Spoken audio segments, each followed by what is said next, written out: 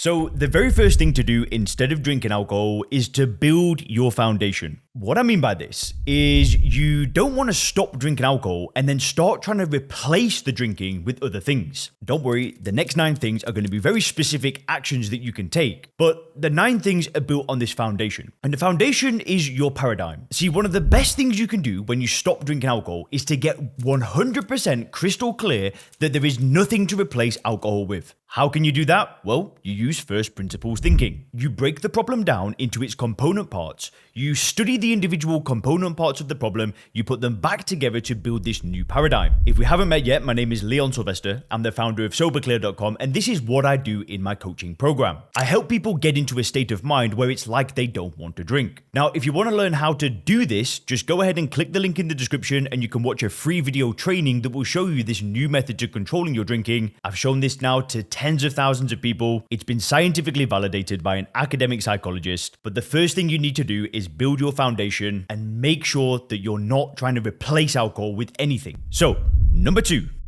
The next thing you can do is, let's say you've made a decision to stop drinking. Let's say you've made it yesterday or over the past few weeks. The reason why you've stopped drinking is probably because alcohol caused some level of pain in your life. At least that's why I stopped so many times. I'd get a really bad hangover, I'd get into a fight, I'd get into an argument. Pain would accumulate until I was like, I've had enough. The problem with this approach and just using willpower and fighting cravings and just using pain as fuel is one day the pain goes away. So instead of just using pain as fuel, which is fine, I'm not saying that's a bad thing, we also want to have something to go towards. So one of the best things you can do when you stop drinking alcohol is design a vision. So a specific exercise you can do here is design a 3-year vision. And you literally just want to get a pen and paper, maybe an A4 sheet, maybe 2 A4s, and just write down, how does life look if it was perfect in every way 3 years from now? Try not to think with limits, right? Try not to think, well, actually, maybe I couldn't get this goal or achieve this thing. Just write as fast as you can and try and write without limits. Because when you do this, that's when you'll find out what you really want. Don't let that little voice in your head say, well, I can't do this, I can't do that. Just write. A great book on this topic is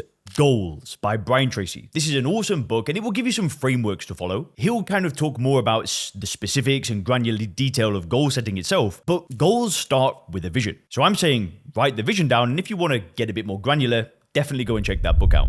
So, the third thing you can do instead of drinking alcohol is to learn a new skill. One of the best things about learning new skills is that, number 1, it's fun. Who doesn't enjoy learning something, getting better at something, improving? But number 2 is that these skills can actually improve your life. When I stopped drinking alcohol, I really just dived into skill development. I learned how to make videos, right? I don't know, you can't see what I can see right now, but it's a YouTube video set. There's lights everywhere. It looks nice here, but it actually looks quite chaotic if you see what I can see. But I learned about how to shoot videos, how to light videos, how to do audio, how to edit videos, how to help people with stopping drinking alcohol. These were all skills that I've developed over the years of not drinking. And the great thing about skill development is it's never ending, and it can advance your personal life as well as your professional life. You might end up learning a skill that you can actually sell to somebody. You could sell a service, or you might learn a skill that improves your entire family life. Maybe you learn some home improvement stuff, some woodwork, and you end up saving money. So the fourth thing is something that I've only just started doing over the past 6 months or so. It's become a totally new hobby of mine, and I am so excited by this hobby that I felt compelled to share it with you.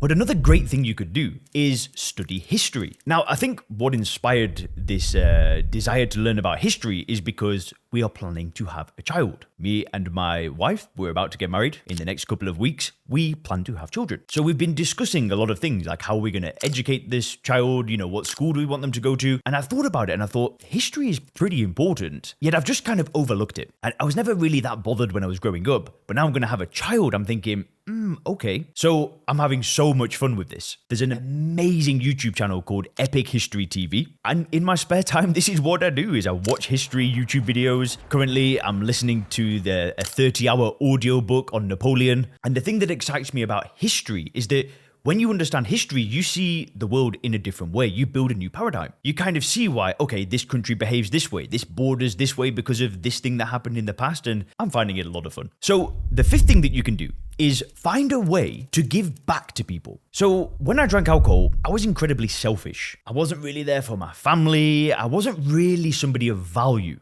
I didn't wake up in the morning and think, how can I make the world a better place? I just would go kind of do my job and exist. The way that I gave back was actually with my business, with this YouTube channel. I started creating helpful content. I started being somebody of value, somebody that would sit and work to help other people rather than somebody that was just thinking about his drinking all day. I became somebody new. But you don't need to start a YouTube channel to give back. Maybe for you, it's about giving back to your local community, maybe a bit of volunteering. Maybe for you, it happens at your local church. Maybe you end up supporting your family in a different way and giving back to the people that you love. Maybe you start coaching a local soccer team or a local football team. I cannot believe I just called football soccer. I'm English. I speak to a lot of American people, and if I say football, they think of American football. If any of my English friends heard me say soccer, oh my gosh, I'm going to get bullied. But, that's a really good example. Going and helping at your child's sports teams, what an awesome thing to do.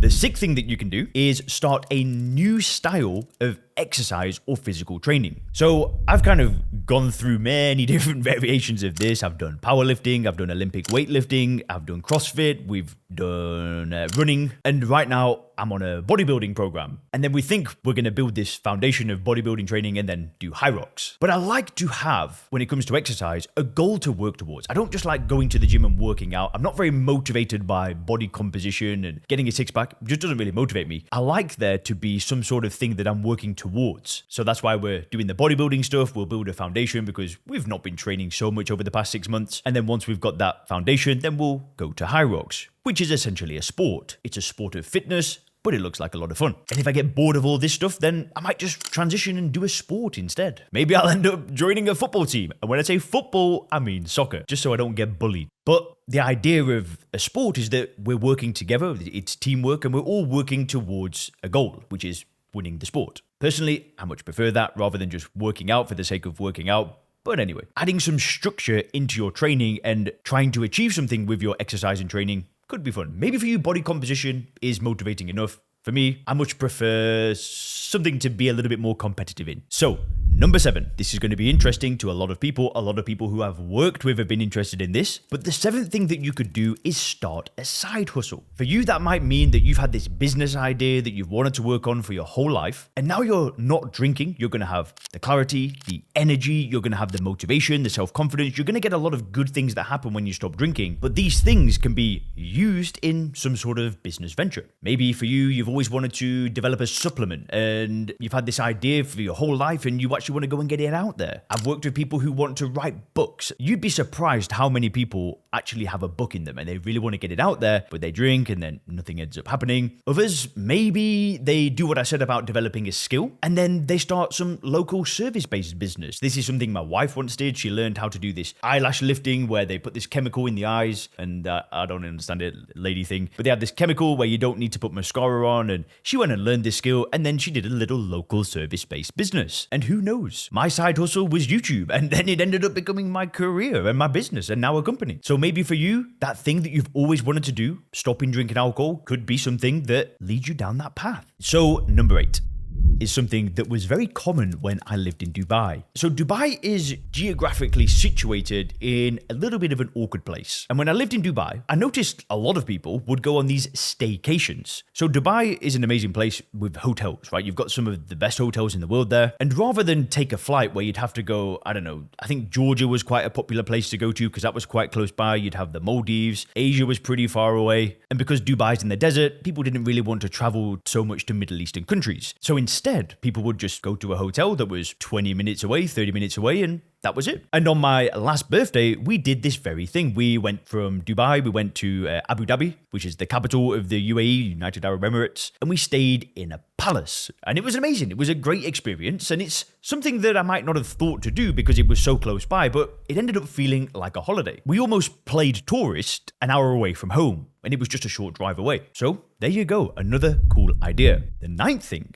and this one is something I'm considering, but another thing that you could do is restart education. You might have had an interest in history, right? This is my big thing at the moment. But maybe for you, you've had an interest your whole life in a certain topic, a certain area, I don't know, philosophy, politics, art, I don't know. But why not go back into education and formally study that thing? When you drink alcohol, you get a lot of free time. And there are a lot of universities and colleges out there that offer part-time courses. So maybe for you, it's about going back to school, maybe doing an MBA, doing some sort of master's study. I've been considering going back to university and doing an MBA. I'm not quite ready to pull the trigger on it yet because I've just got so much to do, but it's an idea. And at number 10, the 10th thing that you can do is spend quality time with your loved ones. And when I say quality time, what I don't mean is going out for dinner with your children, your spouse, whoever it is, your best friends, and then all of you just pulling out the phone and sitting on the phone and not really talking with each other. I'm sure we can all relate to that. In a modern era, I don't know, every time I go to a restaurant, everybody's just on their phone, not really paying attention to each other. But